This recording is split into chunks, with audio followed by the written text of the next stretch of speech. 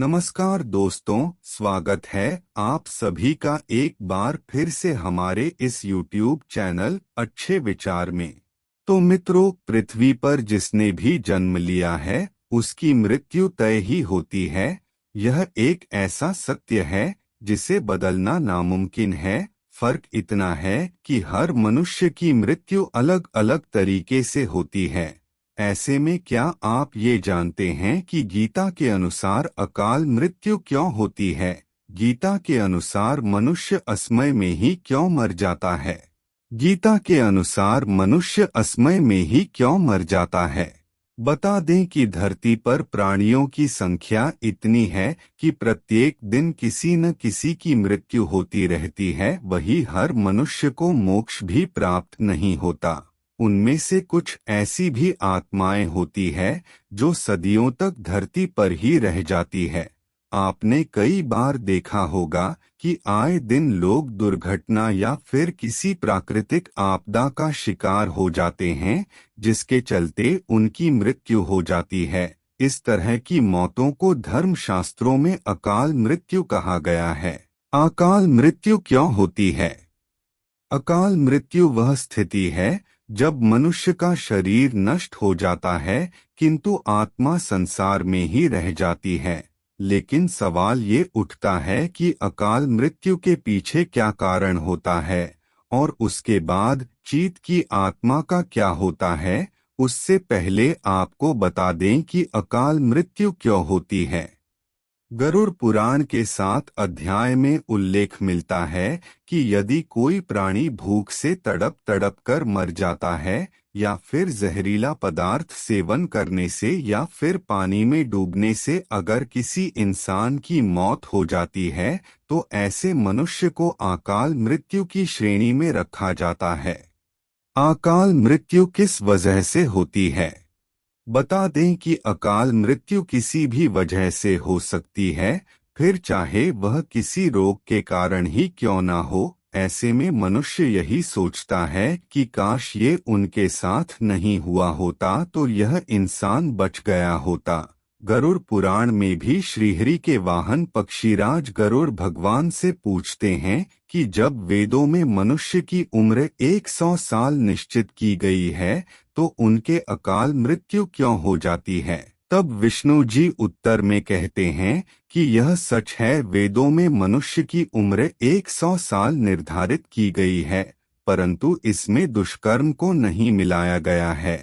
यानी हर व्यक्ति की मृत्यु तभी होती है जब उसके पास धर्म कार्यों के लिए शक्ति नहीं होती है या फिर उसका शरीर उसे धर्म कार्य करने की अनुमति नहीं देता। इसके साथ ही जब कोई व्यक्ति अपनी इच्छा से धर्म कार्यों को त्याग देता है तो धरती पर उसके जीवन अवधि कम होती जाती है।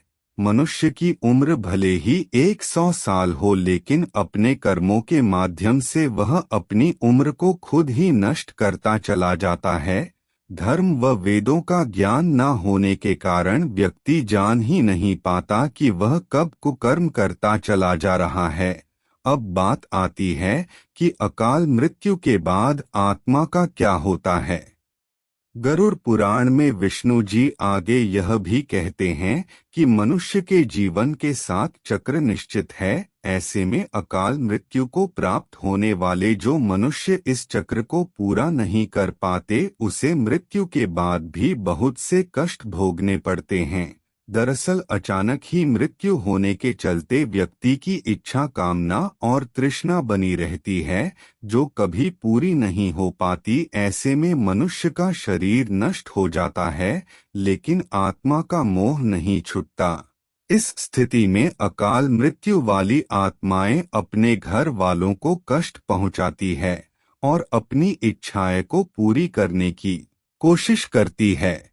बता दें कि गरुड़ पुराण में बताया गया है कि प्राकृतिक रूप से मरने वाले व्यक्तियों को 3, 10, 13 या 40 दिन में दूसरा शरीर प्राप्त हो जाता है, लेकिन अकाल मृत्यु के बाद आत्मा पहले भूत, प्रेत, पिशाच, कुष्मांडा, ब्रह्मराक्षस, बेताल और छत्रपाल योनि में भटकती रहती है। उनकी आत्मा को शांति नहीं मिलती है। बता दें कि इस पुराण में आत्महत्या को सबसे निंदनीय और घृणित अकाल मृत्यु बताया गया है।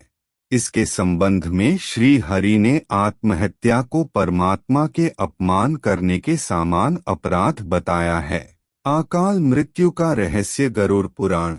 ऐसी जीव आत्मा को ना तो स्वर्ग लोक की प्राप्ति होती है और ना ही नरक लोक की। जीवात्मा की इस अवस्था को अक्ति कहा जाता है। और इस पुराण में ये भी उल्लेख है कि आत्महत्या करने वाली आत्मा अकाल मृत्यु को प्राप्त होने वाली सभी आत्माओं में सबसे कष्टदायी अवस्था में पहुंच जाती है।